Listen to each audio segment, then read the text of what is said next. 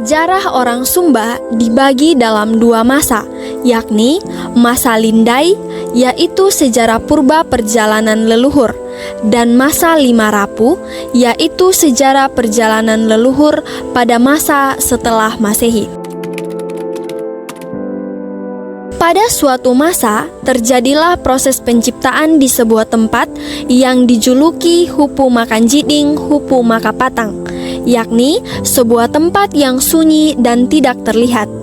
Di tempat ini, Ina Pakawurung Ama Pakawurung menciptakan alam semesta dan segala isinya. Penciptaan ini telah menjadikan sepasang manusia, yaitu Umbundelu Paunggul dan Rambukahi Pakaraha sebagai manusia pertama. Mereka adalah manusia pertama yang diciptakan oleh Ina Pakawurung Ama Pakawurung, yang kemudian ditempatkan di Taman Praihawala. Nama taman ini adalah Kandaundai Kaundu Tanamulung.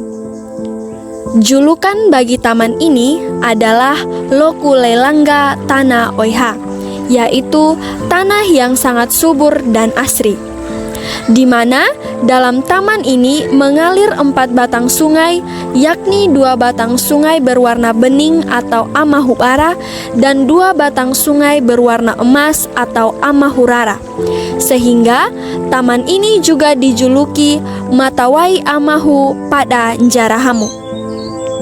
Dari kisah ini, kita dapat membayangkan bahwa tempat yang dimaksud adalah Taman Eden, berdasarkan kitab-kitab agama Abrahamik, yaitu Yahudi, Kristen, Katolik, dan Islam.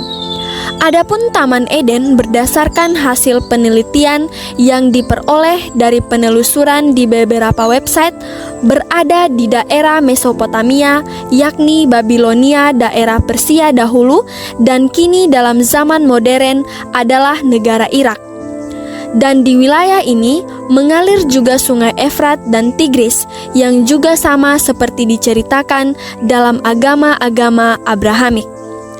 Kemudian, para leluhur melakukan perjalanan atau hijrah dari Praihawala dengan ungkapan adat Pitundani Awang Walun Dawatana, yang artinya melewati 7 lapis langit dan 8 tempat persinggahan. Di tempat ini, Umbundelu Paunggul dan Rambukahi Pakaraha melahirkan 8 orang anak laki-laki dan 8 orang anak perempuan yang merupakan pasangan suami istri. Mereka pun beranak cucu dan bertambah banyak di tempat ini. Di tempat ini, ke-8 pasang leluhur bersama 8 pasang ata atau hambanya melanjutkan perjalanan ke tempat ketiga, yaitu Tanah Tanjuruku, Watu Pahyanggangu. Tetapi di tempat ini sering terjadi longsor sehingga para leluhur melanjutkan perjalanan ke Liang Kanjiding, Liangu Kapatang. Dan dari tempat ini para leluhur berjalan lagi ke tempat kelima yang bernama Liangulira Ngambawatu. Di tempat ini terjadi pertikaian antara 2 orang leluhur yang digambarkan sebagai 2 buah bulan memperebutkan Rambumbana yang menyebabkan seorang leluhur meninggal di sana. Akhirnya, para leluhur meninggalkan tempat ini dan berpindah ke tempat ke-6 yang bernama Retiwula Kulumbaya Reti Ananjara Pindu Anatau. Tetapi leluhur terakhir yang masih hidup tidak ikut melanjutkan perjalanan dan menetap di situ. Dari situ mereka pindah lagi ke tempat ke-7 yang bernama Tanamumu Watunggela.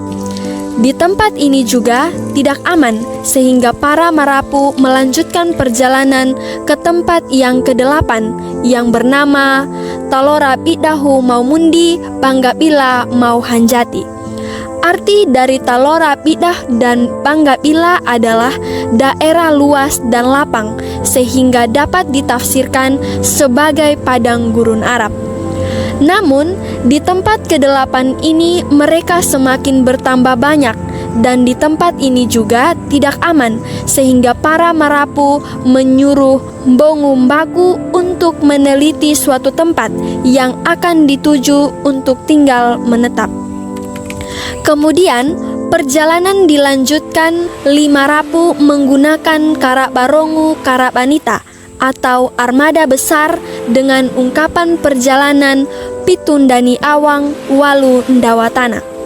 Karena titik perjalanan dari Arab dan melewati Maumundi atau India dan Mauyati atau Thailand, maka diprediksi jalur yang mereka lalui adalah jalur perdagangan kuno, yaitu jalur sutra, yakni dari daerah Muza menuju Kane di Yaman, melewati Syur di Oman, melewati Barbarikon yang sekarang dikenal sebagai Karachi di Pakistan, melewati Barigasa di Gujarat, India, melewati Muziris yang sekarang adalah wilayah Kerala di India, melewati Calcuta di Bangladesh, melewati Thailand, dan mendarat di Malaka Tanah Putih di daerah Aceh. Semua daerah yang dilewati tersebut disinggahi dan menetap untuk waktu yang tidak terlalu lama, dan melanjutkan perjalanan sesuai tujuan utama mereka, yaitu di Pulau Sumba. Namun, di Malaka Tanah Bara, para leluhur tinggal cukup lama dan membagi 5 kelompok untuk menuju Pulau Sumba dengan ungkapan adat perjalanan yang sama, yaitu pitundani awang walu ndawatana. Adapun tempat yang dilalui para marapu menuju Pulau Sumba, yakni dari Malaka Tanah Bara di Aceh menuju Hapariu Duariu di Riau, kemudian Hapatyawa Dua Jawa di Jawa, kemudian menuju Mbai di Bali, lalu menuju Ruhuku di Lombok, lalu ke Makaharu di Makassar, kemudian menuju Ende Ambarai di Flores, dan tiba di Haharu Malai Kataka Lindiwacu di Pulau Sumba. Dan 7 selat yang dilalui yaitu Selat Malaka, Selat Banyuwangi, Selat Sunda, Selat Bali, Selat Sape, Selat Alas, dan Selat Sumba. Leluhur yang tiba di Pulau Sumba terdiri dari 5 kelompok, di mana setiap rombongan terdapat 4 klen atau kabihu.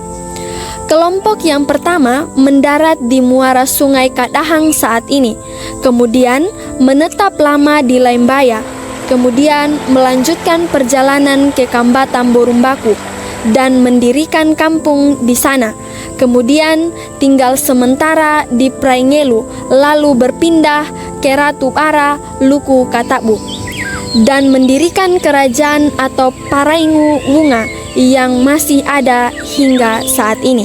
Para leluhur pertama ini menggunakan 8 armada sehingga berjumlah 32 kabihu di bawah pimpinan sebagai berikut.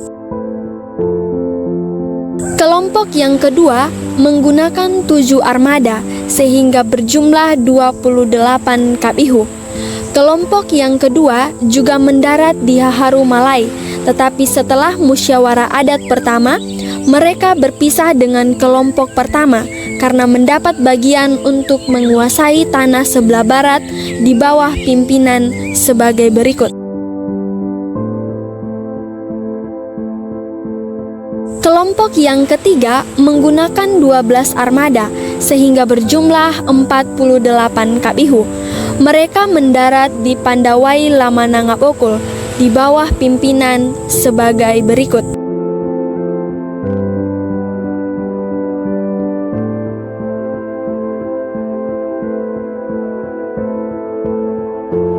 Kelompok yang keempat menggunakan 3 armada sehingga berjumlah 12 kabihu.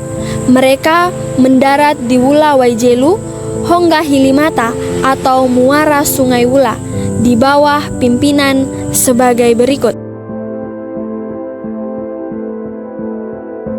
Kelompok yang kelima menggunakan 6 armada sehingga berjumlah 24 kabihu.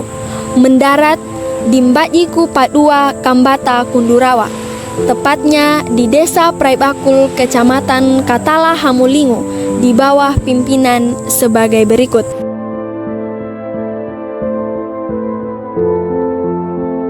Kelompok yang tiba di Sumba sebanyak 144 kabihu dengan menggunakan 36 armada.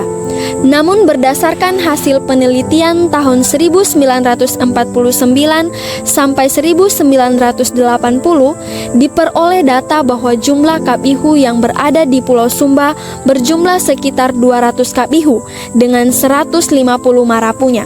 Hal ini disebabkan karena ada kapihu yang punah dan sudah ada kapihu baru yang telah memenuhi Pulau Sumba hingga kini.